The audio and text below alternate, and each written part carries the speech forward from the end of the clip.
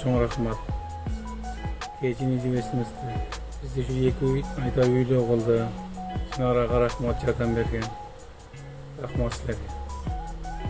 Саламатсыздарбы? Бүгүн бизде сделка болду.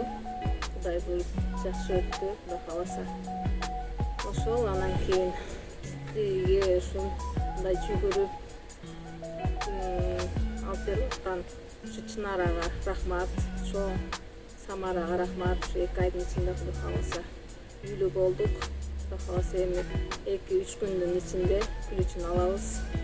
Сиздерге чоң рахмат. Алла разы болсун.